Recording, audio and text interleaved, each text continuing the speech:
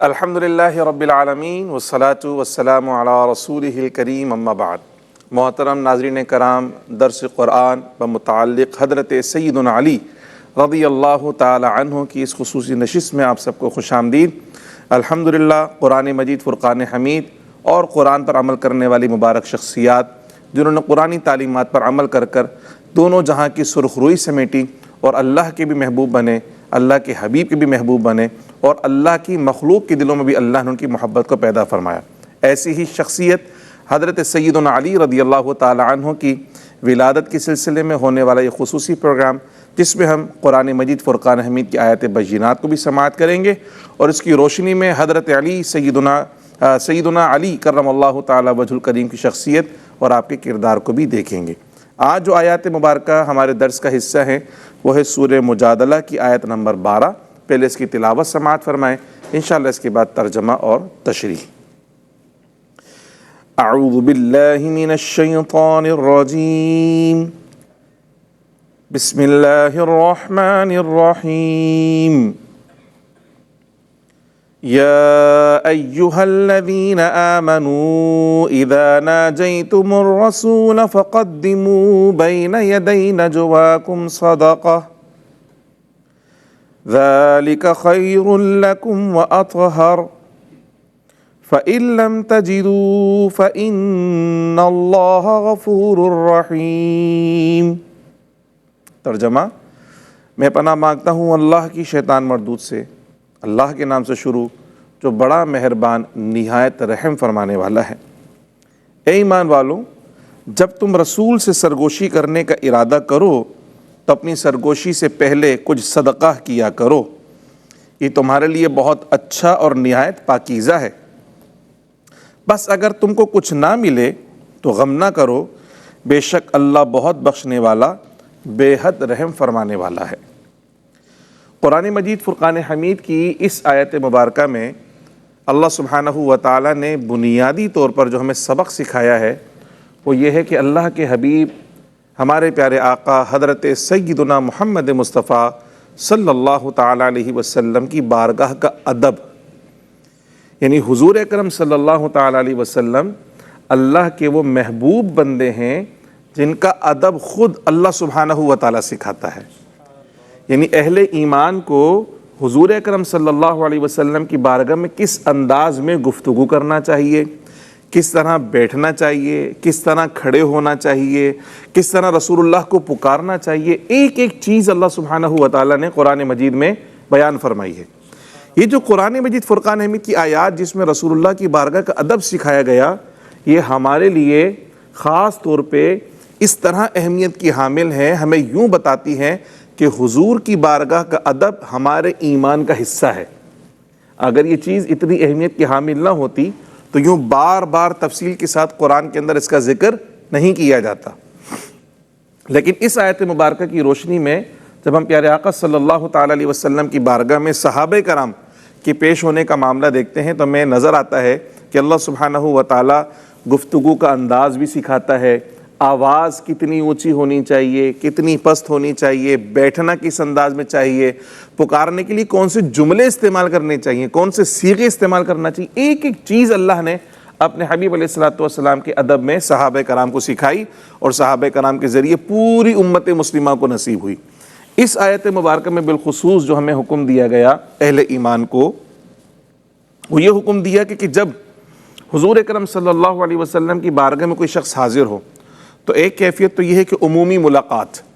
عمومی ملاقات کا مطلب ہے کہ سرکار علیہ الصلوۃ والسلام مسند نشیں ہیں، آرام فرما ہیں، مسجد شریف میں بیٹھے ہوئے ہیں، ممبر شریف پر جلوہ گر ہیں اور آپ کے آس پاس کئی صحابہ کرام موجود ہیں، تو حضور گفتگو فرما رہے ہیں، کسی صحابی رسول نے سوال کرنا ہے تو انہوں نے سوال کر لیا، تو یہ ہوگی جنرل ملاقات، ایک عام ملاقات۔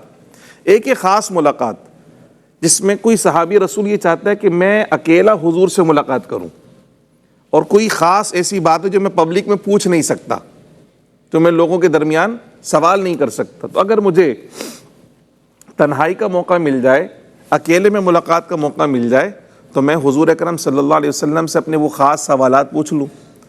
اب ظاہر سی بات ہے رسول کریم صلی اللہ علیہ وسلم کی بارگاہ تو ایسی ہے نا کہ وہاں حضور نے کوئی بادشاہانہ طرز عمل تو اختیار کیا نہیں، کہ الگ سے کسی کمرے میں بیٹھتے ہوں، باہر کوئی دربان کھڑا ہوا ہو جو ایک ایک کے لیے اجازت لے اور پھر آ کے حضور سے ملاقات کریں۔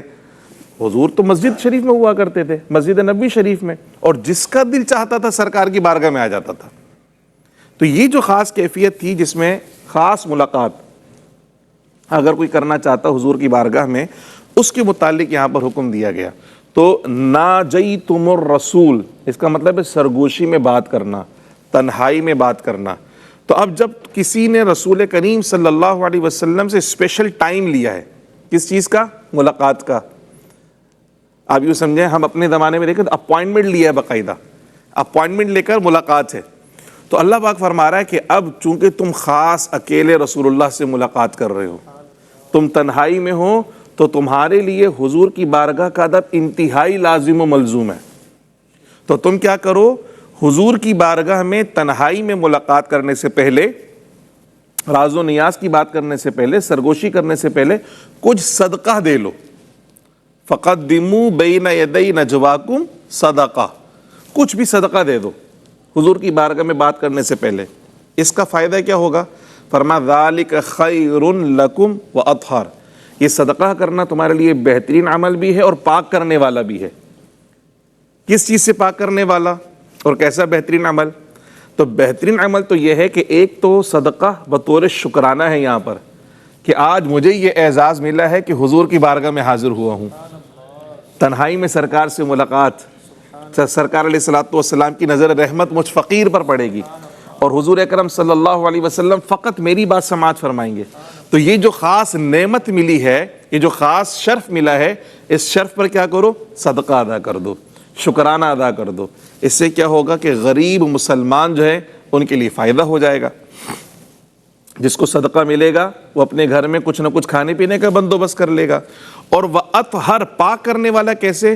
کہ اگر نادانستہ انجانے میں تم سے کوئی غلطی ہو گئی، کوئی ایسی بے ادبی ہو گئی جو حضور اکرم صلی اللہ علیہ وسلم کی بارگاہ کی شایان شان نہیں تھی، تو وہ صدقہ کرنے سے فائدہ یہ ہوگا کہ اس بے ادبی کا جو گناہ ہے وہ ختم ہو جائے گا۔ یعنی حضور اکرم صلی اللہ علیہ وسلم نے ایک حدیث شریف میں ارشاد فرمایا کہ اگر کوئی گناہ ہو جائے تو فوراً سے نیکی کر لیا کرو۔ کیوں؟ چونکہ نیکی گناہوں کو مٹا دیتی ہے۔ تو یہاں بھی اللہ پاک نے یہی حکم ارشاد فرمایا کہ سرگوشی کرنے سے پہلے کیا کر لو؟ صدقہ دے لو۔ تو یہ بہتر بھی ہے اور پاک کرنے والا بھی ہے۔ تو بہتر تو میں نے آپ کو بتا دیا کہ شکرانہ ہو گیا کہ تنہائی میں سرکار سے ملاقات کا اعزاز مل گیا، اور وہ اثر ایسے ہو گیا کہ اگر خدا نخواستہ، چونکہ ہم مومن سے یہ گمان رکھتے ہیں کہ وہ جان بوجھ کے کبھی حضور کی بارگاہ کی بے ادبی نہیں کرے گا، تو انجانے میں اگر کوئی ایسی بات ہو گئی جو حضور کی شایان شان نہیں تھی، تو یہ صدقہ اس کے لیے گناہ سے پاکی کا سبب اور وسیلہ اور ذریعہ بن جائے گا۔ اب سیدنا علی کرم اللہ تعالی وجہ الکریم وہ واحد صحابی رسول ہیں جنہیں قرآن کی اس آیت پر عمل کرنے کا موقع نصیب ہوا ہے۔ واحد صحابی رسول ہیں۔ اس کے بعد پھر یہ تلاوتاً تو باقی ہے، حکماً منسوخ ہو گئی، کیونکہ ظاہر سی بات ہے یہ صرف امیر تو نہیں تھے صحابہ کرام، غریب صحابہ کرام بھی تھے، تو پھر غریب صحابہ کرام کہاں سے صدقہ کیا کریں گے؟ تو یہ تو صرف امیر بازی لے جائیں گے کہ امیر بولیں گے بھائی ہمارے پاس پیسے ہی پیسہ ہے، ہم صدقہ کر رہے ہیں اور حضور کی بارگاہ کا ٹائم ہمیں دلوا دو۔ تو پھر یہ پروٹوکول ختم کروایا اللہ نے اور کہا کہ بھئی اب حضور اکرم صلی اللہ علیہ وسلم کی بارگاہ میں سب حاضر ہو سکتے ہیں، لیکن واحد سیدنا علی کرم اللہ تعالی وجہ الکریم کو یہ اعزاز حاصل ہے کہ قرآن کی اس آیت پر عمل کرنے والے کون ہیں؟ حضرت علی رضی اللہ تعالی عنہ۔ اور آپ نے 1 دینار صدقہ کیا، حضور سے خاص الخاص ملاقات، اور 10 سوالات آپ نے حضور سے اس نشست میں پوچھے تھے۔ اچھا اب دیکھیں سیدنا علی تو حضور کی گود میں پروان چڑھے ہیں، سیدنا علی تو سرکار کے گھر میں پروان چڑھے ہیں، سیدنا علی کو تو خود سرکار نے پالا ہے، وہ تو بچپن سے حضور کے ساتھ ہیں، تو کتنی تنہائی میسر آئی ہوگی، کتنی تنہائی اور کتنی ملاقاتیں سرکار کے ساتھ میسر آئی ہوں گی، کتنا دین سیکھنے کا موقع ملا ہوگا۔ لیکن آپ یہ دیکھیں کہ قرآن کی آیت پر عمل کرنے کا شوق مولا علی کا، قرآن کی آیت پر عمل کرنے کا شوق کہ آیت نازل ہوئی ہے، اس پر عمل کرتا ہوں تو مجھے اس کا بھی ثواب ملے گا، اس کا بھی اجر ملے گا۔ تو اس شوق نے انہیں ابھارا اور بالخصوص حضور سے بات کرنے کے لیے پہلے کیا کیا؟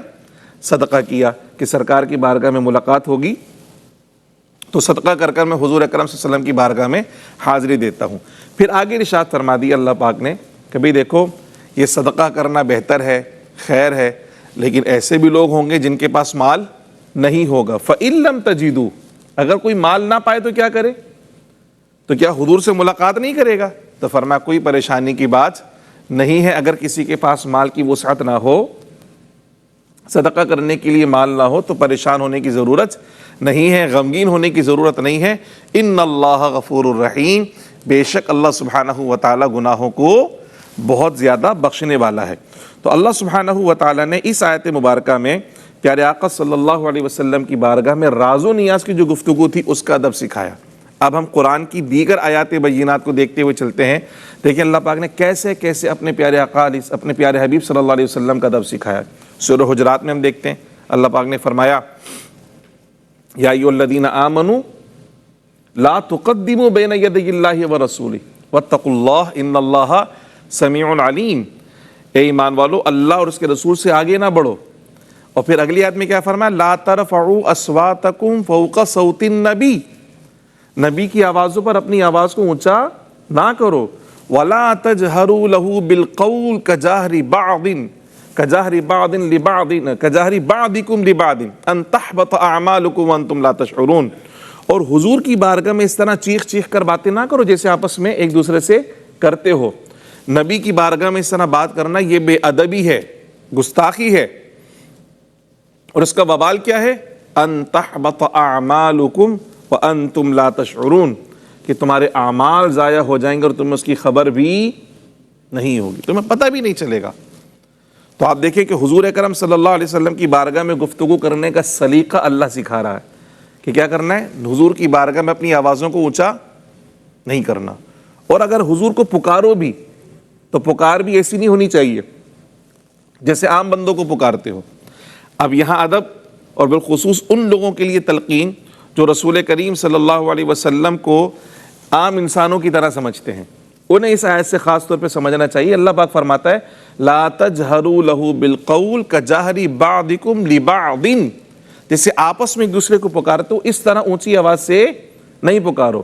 اور خود اللہ سبحانہ و تعالیٰ کی شان دیکھیں کہ اللہ نے اپنے حبیب کا اعزاز اور ان کے ادب کو اللہ نے قرآن میں کیسے بیان فرمایا ہے کہ خود پاک پروردگار نے اپنے پیارے حبیب صلی اللہ علیہ وسلم کو ان کے نام سے خطاب نہیں فرمایا۔ یعنی دیگر انبیاء کرام کو دیکھیں تو سیدنا آدم علیہ السلام کو فرمایا یا آدم اسکن انت وزوجک الجنہ، سیدنا ابراہیم علیہ السلام کو فرمایا یا ابراہیم، سیدنا موسیٰ علیہ السلام کے لیے فرمایا یا موسیٰ، سیدنا عیسیٰ علیہ السلام کے لیے یا عیسیٰ، سیدنا نوح علیہ السلام کے لیے یا نوح، تو ان کو خطاب فرمایا ان کے ناموں کے ساتھ۔ مگر جب پیارے آقا صلی اللہ علیہ وسلم کی بات آئی تو آپ صلی اللہ علیہ وسلم کو یا محمد کہہ کر قرآن میں کہیں بیان نہیں فرمایا، بلکہ کہیں یا ایھا المزمل فرمایا، کہیں یا ایھا المدثر فرمایا، کہیں طٰہٰ فرمایا، کہیں یاسین فرمایا، کہیں بشیر فرمایا، کہیں نذیر فرمایا، کہیں سراج منیر فرمایا، یا ایھا النبی یا ایھا الرسول۔ یہ خوبصورت خطابات کے ساتھ اللہ پاک نے اپنے پیارے حبیب صلی اللہ علیہ وسلم کو قرآن کے اندر بیان فرمایا۔ تو اللہ پاک خود قرآن میں ہمیں یہ تعلیم عطا فرما رہا ہے کہ عام نبیوں کو یعنی دیگر انبیاء کرام کو ان کی شان و شوکت کے باوجود اللہ پاک نے خطاب فرمایا، لیکن رسول کریم صلی اللہ علیہ وسلم کی شان یہ کہ اللہ نے انہیں خطاب نہیں فرمایا، یا محمد کہہ کر خطاب نہیں فرمایا، بلکہ پیارے پیارے القابات سے خطاب فرمایا۔ تو جب اللہ سبحانہ و تعالیٰ خالق ہو کر اپنے حبیب کو اتنے پیار سے پکار رہا ہے تو پھر مخلوق کے ادب کا عالم کیا ہونا چاہیے؟ بھلا مخلوق کو حضور اکرم صلی اللہ علیہ وسلم کا نام لے کر خطاب کرنا چاہیے؟ ہرگز نہیں، بلکہ پیارے آقا صلی اللہ علیہ وسلم کے پیارے اوصاف کے ساتھ حضور کی بارگاہ میں خطاب کرنا چاہیے، بلکہ یا رسول اللہ صلی اللہ علیہ وسلم کہہ کر خطاب کرنا چاہیے۔ اور یہی صحابہ کرام کا طریقہ رہا کہ صحابہ کرام میں وہ تمام صحابہ کرام جو حضور کی بارگاہ کی صحبت یافتہ تھے، تربیت یافتہ تھے، کسی نے حضور کو یا محمد کہہ کر خطاب نہیں فرمایا۔ ہاں جو اعرابی ہوا کرتے تھے، جو جانتے نہیں تھے ادب حضور کی بارگاہ کا، یا جو کفار ہوا کرتے تھے وہ تو کہتے تھے، لیکن صحابہ کرام کیا کہتے تھے؟ فداک ابی و امی یا رسول اللہ، فداک ابی و امی یا رسول اللہ، حضور ہمارے ماں باپ آپ پر قربان، یا رسول اللہ کہہ کر خطاب فرمایا کرتے تھے، کبھی سرکار کا نام لے کر خطاب نہیں فرمایا۔ تو اللہ سبحانہ و تعالیٰ نے قرآن مجید میں اس آیت مبارکہ کے اندر بھی اسی طرح ادب ارشاد فرمایا۔ اب ایک بات اور یہاں سیکھنے کی ہے کہ جو ادب کرتے ہیں ان کی شان کیا ہے۔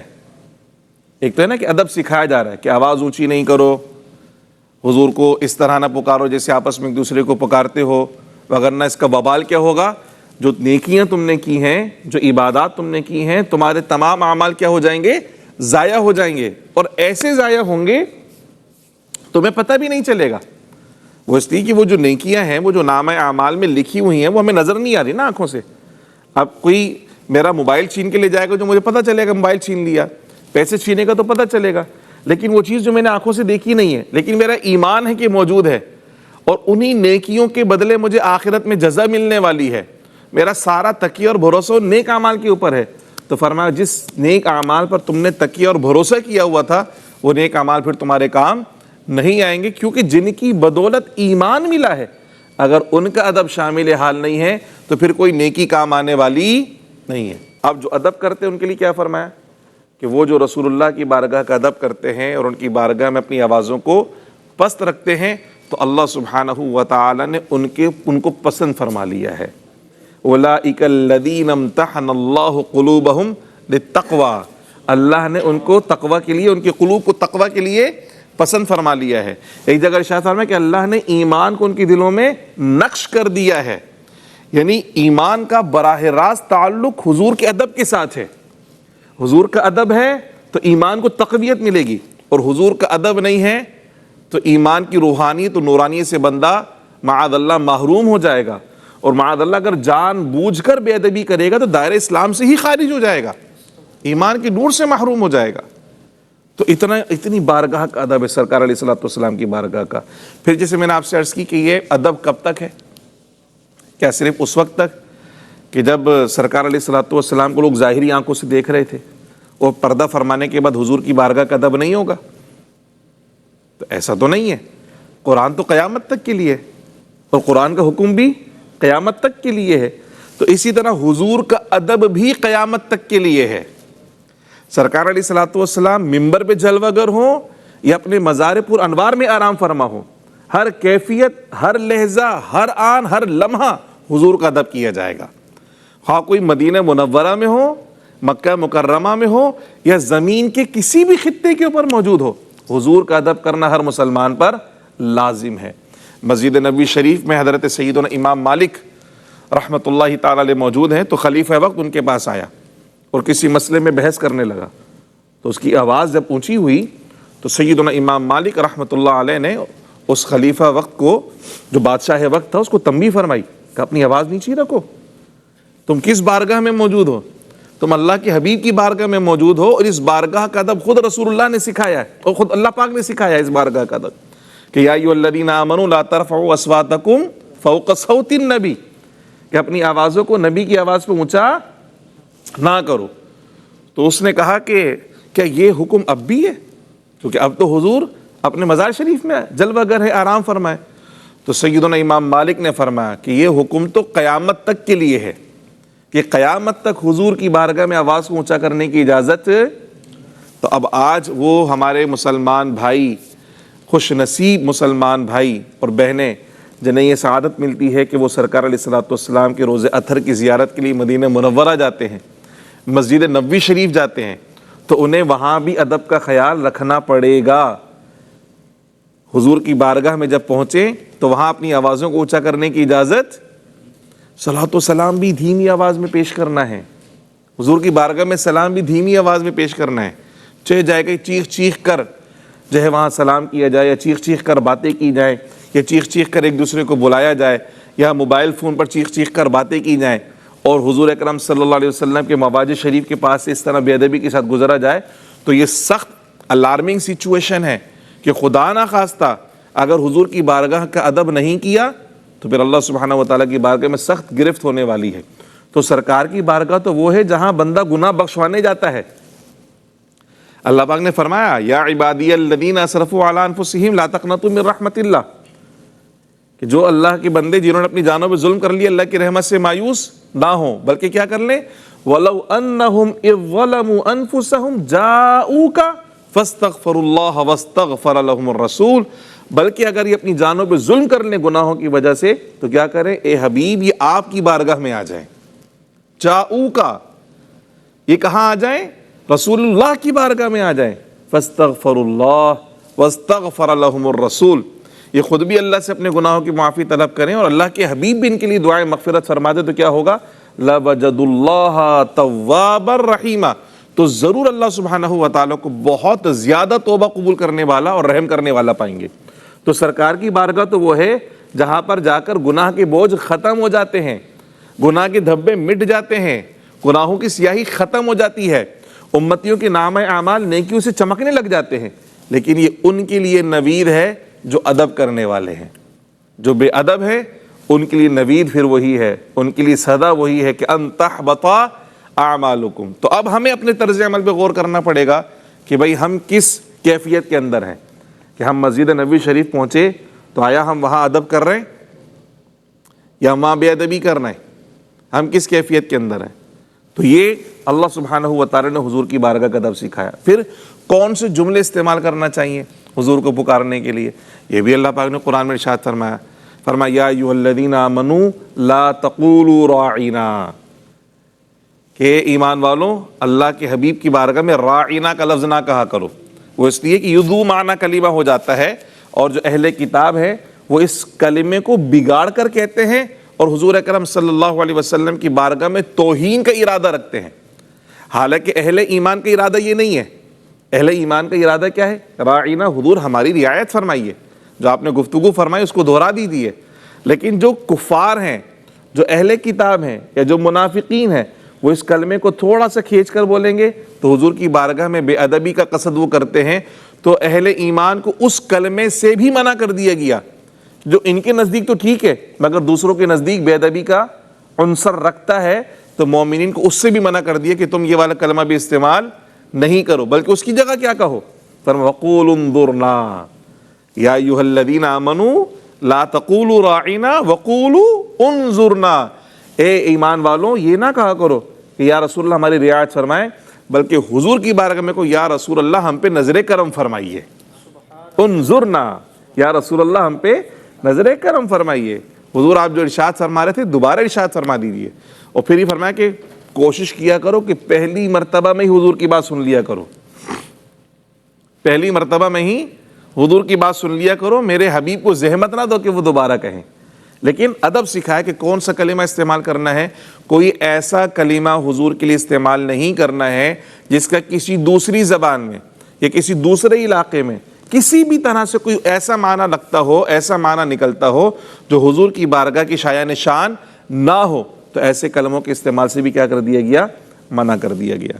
اب صحابہ کرام کا طرز عمل دیکھیں، اور صحابہ کرام میں مولا علی کا طرز عمل دیکھیں کہ پیارے آقا صلی اللہ علیہ وسلم کی بارگاہ کا ایسا ادب کیا ہے، ایسا ادب کیا ہے کہ رسول کریم صلی اللہ تعالی علیہ وسلم کی آنکھوں کے تارے بن گئے۔ یعنی مولا علی کی شان یہ ہے، سیدنا علی کرم اللہ تعالی وجہ الکریم، کہ خیبر کے موقع پر پیارے آقا صلی اللہ علیہ وسلم نے فرمایا کہ کل میں جھنڈا اس کے ہاتھ میں دوں گا کہ جو اللہ اس کے رسول سے محبت کرتا ہے اور اللہ اور اس کا رسول اس سے محبت کرتے ہیں۔ یعنی کل جس کے ہاتھ میں اسلامی پرچم ہوگا جہاد کا، تو اس کے لیے سب سے پہلی بشارت تو یہ ہے کہ وہ شخص ہے جو اللہ اس کے رسول سے محبت کرتا ہے، تو ہر ایمان والا کرتا ہے، لیکن دوسری شان یہ کہ اللہ اس کا رسول بھی اس سے محبت کرتے ہیں۔ یہ ہر کسی کو شان نہیں ملی ہے کہ اللہ اس کا رسول بولنے کہ ہم تم سے محبت کرتے ہیں، لیکن سرکار فرماتے ہیں کہ کل اس کے ہاتھ میں جھنڈا دوں گا کہ جو اللہ اس کے رسول سے محبت کرتا ہے اور اللہ اس کا رسول بھی اس سے محبت کرتے ہیں، اور اللہ اس کے ہاتھ پر اسلام کو اور مسلمانوں کو فتح عطا فرمائے گا۔ تو دوسری نوید یہ مل گئی کہ جس کو جھنڈا ملے گا کل اس کو فتح بھی نصیب ہوگی۔ اب جب اگلی صبح ہوئی تو ظاہر سی بات ہے سرکار نے جب اعلان فرما دیا کہ انشاءاللہ فتح ملے گی تو سب کو یقین کامل ہے کہ فتح ملے گی۔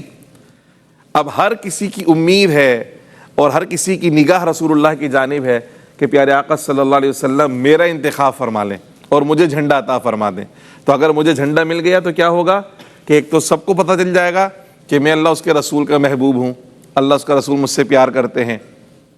اور دوسرا کیا ہوگا کہ حضور نے چونکہ بشارت دے دی تو انشاءاللہ فتح بھی ہمیں نصیب ہو جائے گی، چونکہ 3 دن میں فتح نہیں ملی، بڑا زبردست قسم کا مارکا ہوا خیبر میں۔ لیکن اب سرکار نے جب کہہ دیا ہے کہ جھنڈا دوں گا تو کیا مل جائے گی؟ فتح مل جائے گی۔ تو تمام صحابہ کرام صف باندھے رسول اللہ کی طرف دیکھ رہے ہیں، اور رسول اللہ صف صحابہ میں حضرت علی کی طرف دیکھ رہے ہیں، حضرت علی کو ڈھونڈ رہے ہیں سرکار، اور سرکار پوچھتے ہیں این علی، علی کہاں ہے؟ چونکہ باقی سب تو نظر آ رہے ہیں، علی کہاں ہے؟ تو کہا جاتا ہے کہ یا رسول اللہ صلی اللہ علیہ وسلم ان کی آنکھوں میں تکلیف ہے، آنکھوں کی تکلیف کی وجہ سے وہ اس وقت موجود نہیں ہے، آشوب چشم ہے، آنکھ ہی نہیں کھل پا رہی صحیح سے۔ تو پیارے آقا صلی اللہ علیہ وسلم نے یہ نہیں فرمایا کہ چلو ٹھیک ہے آنکھوں میں تکلیف ہے تو وہ آرام کر لیں، ہم کسی اور کو جھنڈا دیتے، فرمایا نہیں، علی کو بلاؤ۔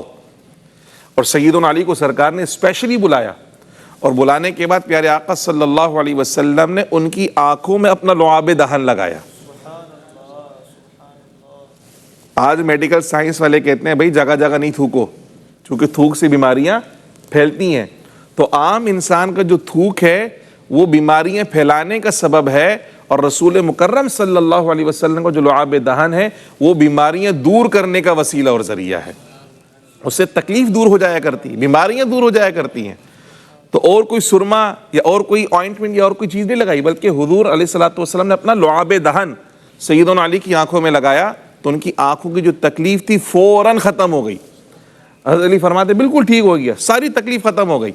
اور پھر پیارے آقا صلی اللہ علیہ وسلم ان کو جھنڈا عطا فرمایا، اور اللہ سبحانہ و تعالیٰ نے آپ کے دست اقدس پر مسلمانوں کو فتح عطا فرمائی، تو اب فاتح خیبر ٹھہرے۔